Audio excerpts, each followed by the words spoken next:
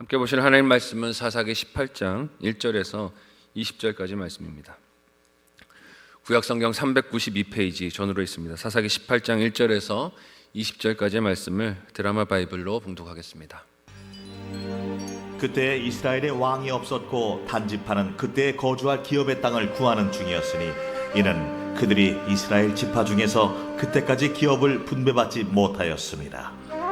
단 자손이 소라와 에스다올에서부터 그들의 가족 가운데 용맹스러운 5사람을 보내어 땅을 정탐하고 살피게 하며 그들에게 이르되 너희는 가서 땅을 살펴보라 하매 그들이 헤브라임 산지에 가서 미가의 집에 이르러 거기서 유숙하니라. 그들이 미가의 집에 있을 때에 그 레위 청년의 음성을 알아듣고 그리로 돌아가서 그에게 이르되 누가 너를 이리로 인도하였으며 내가 여기서 무엇을 하며 여기서 무엇을 얻었느냐? 그가 그들에게 이르되 미가가 이러이러하게 나를 대접하고 나를 고용하여 나를 자기의 제사장으로 삼았느니라 하니라. 그들이 그에게 이르되 청하건대 우리를 위하여 하나님께 물어보아서 우리가 가는 길이 형통할는지 우리에게 알게 하라. 하니 그 제사장이 그들에게 이르되 평안히 가라. 너희가 가는 길은 여호와 앞에 있느니라. 이에 5사람이 떠나 라이스에 이르러 거기 있는 백성을 본즉 염려 없이 거주하며 시돈 사람들이 사는 것처럼 평온하며 안전하니 그 땅에는 부족한 것이 없으며 부를 누리며 시돈 사람들과 거리가 멀고 어떤 사람과도 상종하지 아니함이라. 그들이 소라와 에스다올에 돌아가서 그들의 형제들에게 이르매 형제들이 그들에게 묻되 너희가 보기에 어떠하더냐? 일어나 그들을 치러 올라가자. 우리가 그 땅을 본즉 매우 좋더라. 너희는 가만히 있느냐? 나아가서 그 땅 얻기를 게을리하지 말라. 너희가 가면 평화로운 백성을 만날 것이요 그 땅은 넓고 그곳에는 세상에 있는 것이 하나도 부족함이 없느니라. 하나님이 그 땅을 너희 손에 넘겨주셨느니라 하는지라. 단지파의 가족 중 600명이 무기를 지니고 소라와 에스다올에서 출발하여 올라가서 유다에 있는 기럇 여아림에 진치니 그러므로 그곳 이름이 오늘까지 마하네 단이며 그곳은 기럇 여아림 뒤에 있더라. 무리가 거기서 떠나 에브라임 산지 미가의 집에 이르니라. 전에 라이스 땅을 정탐하러 갔던 5사람이 그 형제들에게 말하여 이르되 이 집에 에봇과 드라빔과 새긴 신상과 부어 만든 신상이 있는 줄을 너희가 아느냐? 그런즉 이제 너희는 마땅히 행할 것을 생각하라. 5사람이 그쪽으로 향하여 그 청년 레위 사람의 집 곧 미가의 집에 이르러 그에게 문안하고 단자손 600명은 무기를 지니고 문 입구에 서니라. 그 땅을 정탐하러 갔던 5사람이 그리로 들어가서 새긴 신상과 에봇과 드라빔과 부어 만든 신상을 가져갈 때에 그 제사장은 무기를 지닌 600명과 함께 문 입구에 섰더니 그 5사람이 미가의 집에 들어가서 그 새긴 신상과 에봇과 드라빔과 부어 만든 신상을 가지고 나오매 그 제사장이 그들에게 묻되 너희가 무엇을 하느냐? 잠잠하라. 내 손을 입에 대라. 우리와 함께 가서 우리의 아버지와 제사장이 되라.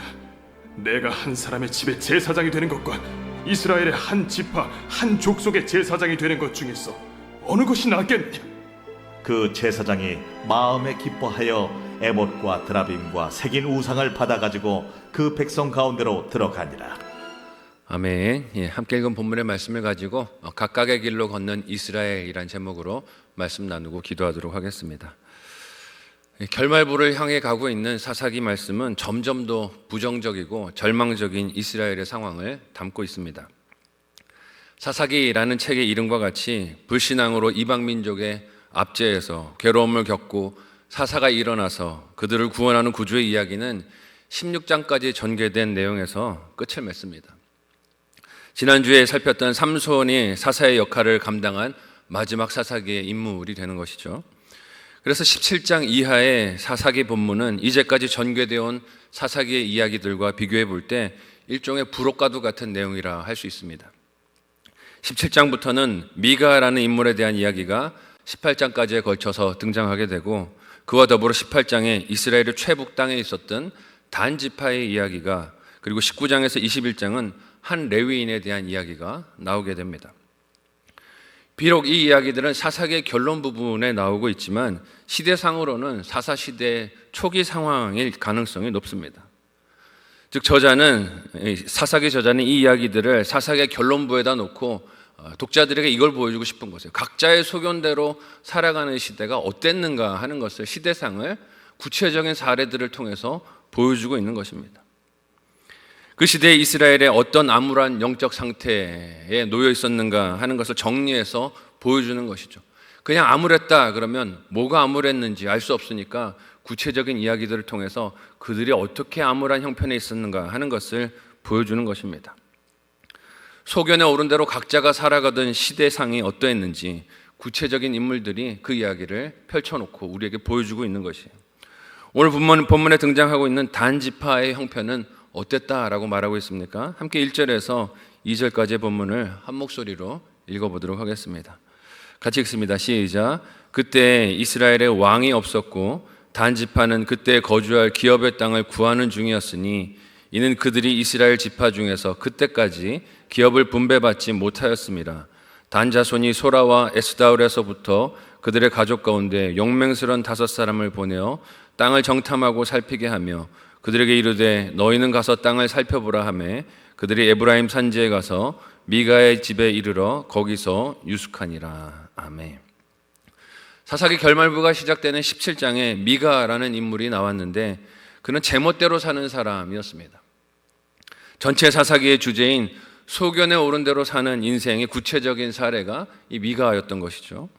그런 그의 집에 오늘 본문인 18장에서 단지파 사람들이 들어가 유숙하게 됩니다. 그런데 단지파 사람들이 이 미가의 집에 들어가서 유숙하게 된 이유가 무엇입니까? 오늘 말씀해 보니 거주할 장소를 찾기 위함이었다라고 기록하고 있어요. 여러분, 왜 단지파가 그들의 거주할 장소를 찾았어야 했을까요? 우리가 함께 읽은 본문은 그들이 그때까지 기업을 분배받지 못했다라고 말하고 있는데 사실 기업의 분배는 그들 시기에 이미 이루어지지 않았습니까? 여호수아가 살아있었을 때 기업 분배가 이루어졌어요. 여호수아가 정복 전쟁을 마무리하며 각 지파가 자기 기업을 제비를 뽑아 가지도록 기업을 분배했습니다. 할당했어요. 그런데 단 지파는 제비를 뽑아 받은 기업을 차지하지 못한 것이죠. 사사기 1장 34절의 말씀을 같이 한 목소리로 읽어보도록 하겠습니다. 함께 읽습니다. 시작. 아모리 족속이 단 자손을 산지로 몰아넣고 골짜기에 내려오기를 용납하지 아니하였으며, 아모리 족속에 떠밀려서 그들의 기업을 차지하지 못하고 방황하고 있었던 것입니다. 받은 기업을 차지하지 못한 단 지파가 다른 곳을 찾고 있는 형편이 오늘 본문의 상황인 것을 알 수 있어요. 하나님께서 지정하신 지역이 있지만 자신들 생각에 더 좋고 합당한 정착 장소를 찾아서 지금 정탐을 다니고 있다는 뜻입니다. 이런 그들이 에브라임 산지에 이르렀고 거기서 어제 본문에 등장했던 미가의 집에 머물게 됩니다. 근데 그 만남이 어떻게 흘러갑니까? 3절에서 6절 말씀을 보면 단 지파의 정탐꾼들이 미가의 집에서 지내던 레위 청년을 만나게 됩니다. 그가 그 집의 사설 제사장이라는 것을 알게 돼요. 그러자 정탐꾼들은 그 청년들에게 자신들이 이후에 정탐하며 거주할 땅을 찾는 일이 순조로울 것인지를 묻습니다. 하나님께 물어보게 요구를 해요. 그리고 그 청년이 하나님이 그들 생각대로 다 도와주실 것이다, 형통할 것이다 라고 답을 합니다. 어떻게 제사장이 세워져야 하는지 분별하지도 못했던 단지파의 정탐꾼들이란 것을 알 수 있어요. 그냥 제사장이라 그러니까 그런 줄 알고 있는 것이죠. 그들에게 자신이 미가의 집에서 겪었던 일들을 있는 그대로 술술 털어놓고 말하는 이 레위 청년도 생각이 없기는 마찬가지입니다. 해야 할 말, 들어야 할 말, 물어야 할 질문, 대답해야 할 말, 어떤 것도 분별하지 못하는 이 사람들의 대화는 현재 이스라엘의 영적 상태를 신랄하게 보여주고 있어요. 자기가 무슨 말을 하는지, 뭘 물어보는지, 뭘 대답을 하는지 그 누구도 생각을 제대로 하지 못합니다. 그래서 정탐꾼들이 이 청년의 말에 용기를 얻고 어떻게 합니까? 함께 오늘 본문 7절에서 10절을 한 목소리로 하이라이트 된 부분을 주의하면서 같이 한 목소리로 읽어보도록 하겠습니다. 함께 읽습니다. 시작. 이에 5사람이 떠나 라이스에 이르러 거기 있는 백성을 본즉 염려 없이 거주하며 시돈 사람들이 사는 것처럼 평온하며 안전하니 그 땅에는 부족한 것이 없으며 부를 누리는 시돈 사람들과 거리가 멀고 어떤 사람과도 상종하지 아니함이라. 그들이 소라와 에스다올에 돌아가서 그들의 형제들에게 이르매 형제들이 그들에게 묻되 너희가 보기에 어떠하더냐 하니 이르되 일어나 그들을 치러 올라가자. 우리가 그 땅을 본즉 매우 좋더라. 너희는 가만히 있느냐? 나아가서 그 땅 얻기를 게을리하지 말라. 너희가 가면 평화로운 백성을 만날 것이요 그 땅은 넓고 그곳에는 세상에 있는 것이 하나도 부족함이 없느니라. 하나님이 그 땅을 너희 손에 넘겨주셨느니라 하는지라. 아멘. 제가 어디다 하이라이트를 해놨습니까? 보고 보고 보고. 이게 어떻게 사는 삶입니까? 소견에 옳은 대로 사는 삶이죠. 우연히 미가의 집에서 만난 레위 청년을 만난 단지파의 정탐꾼들은 그 청년이자 사설 제사장이 한 말에 좋은 기분을 가지고 땅을 둘러보러 나갑니다. 와, 우리가 하는 일이 다 잘 될 거래. 나가서 어떻게 되나 한번 보자 하고 나간 것이에요. 그리고 라이스라는 지역에서 그들 눈에 보이는 그 지역의 사람들, 조건, 상황들, 그것들이 자신들의 기업에 되게 좋구나 하는 환경을 판단합니다. 그래서 자신들의 보고를 기다리는 사람들에게 하는 말이 무엇입니까? 조건과 환경이 좋은 땅을 우리가 보았으니 가서 우리 눈에 좋은 대로 차지하자라고 해요. 그러나 일이 이렇게 진행되는 과정에서 하나님께 물었다는 내용이 있습니까? 없습니까? 없습니다. 하나님께 물었다는 내용은 없어요. 제사장이라 자칭했던 레위 청년에게 자신들이 하려는 일이 형통한 것인지를 묻기는 했지만 이는 하려는 일의 성공 여부가 궁금한 것이지 하나님이 이 일을 원하시는지 아닌지 궁금한 게 아니에요. 일이 될 것인지 안 될 것인지 성공과 실패 여부만 궁금할 뿐입니다. 그 일 자체가 하나님 보시기에 합당한 것인지를 생각하려는 마음이 없다는 것이에요. 이러한 단지파 욕심과 이기심은 단지 가나안 족속의 땅을 차지하는 것에만 한정되지 않습니다. 미가라는 사람의 집을 정탐한 자들이 그 집에 있는 우상을 보지 않았습니까? 그 우상은 미가가 훔쳤던 어머니의 은을 가지고 만든 것이니 값진 것이고 비싼 물건이었습니다. 이에 단지파 사람들이 오늘 말씀에서 어떤 일을 또 행합니까?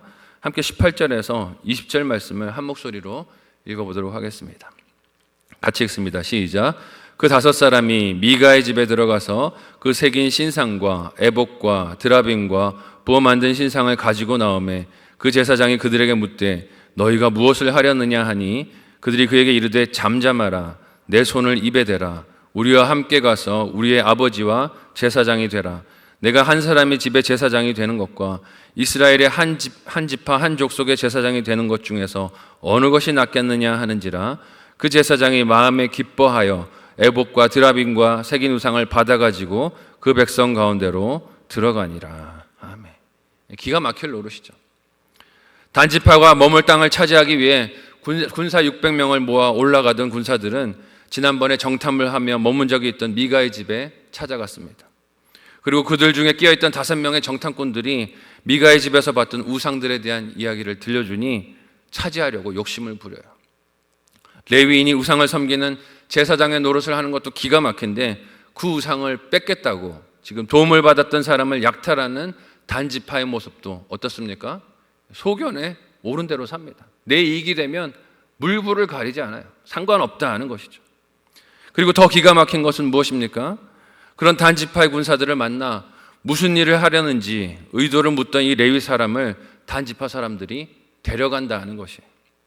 그러면서 하는 말이 한 가정의 제사장이 되는 것보다 한 지파, 한 부족의 제사장이 되는 것이 너에게 더 이익이 되지 않겠느냐, 낫지 않겠느냐, 반유혹, 반협박을 합니다. 그런데 이 제안을 이 레위인 청년이 어떻게 합니까? 20절 말씀을 보니까 기뻐하며 수용했더라 라고 말하고 있어요. 우상들을 받아가지고 단지파 가운데로 기뻐하며 들어갔다라고 기록하고 있습니다. 이런 이야기들이 온 이스라엘의 타락과 각자 소견에 옳은 대로 살아가는 형편이 무엇인지를 보여주고 있어요. 옳고 그름을 그 누구도 생각하지 않습니다. 오직 기준은 무엇입니까? 나에게 이익이 되는가, 되지 않는가, 나의 유익이 있는가, 없는가가 그들의 선택 기준입니다. 근데 여러분, 이런 이스라엘 백성들의 모습이 꼭 성경 속의 이스라엘만의 모습일 거예요. 오늘 시대도 하나님의 말씀보다, 뜻보다 내 눈에 옳고 내 형편에 더 이익이 되는 것들을 추종하며 따라가지 않습니까? 성도의 정체성, 직분자의 사명, 지켜야 할 자리를 가볍게 여기면서 오직 이익을 따르는 것이 상식처럼 여겨지는 세상을 우리가 살아가고 있습니다. 이러한 때 하나님께서 어떤 성도, 어떤 직분자, 어떤 사명자를 보기 원하실까요? 말씀을 따르는 거룩한 길로 나아가는 저와 여러분들이 되실 수 있기를 예수님의 이름으로 간절히 소원하고 축복합니다. 아멘.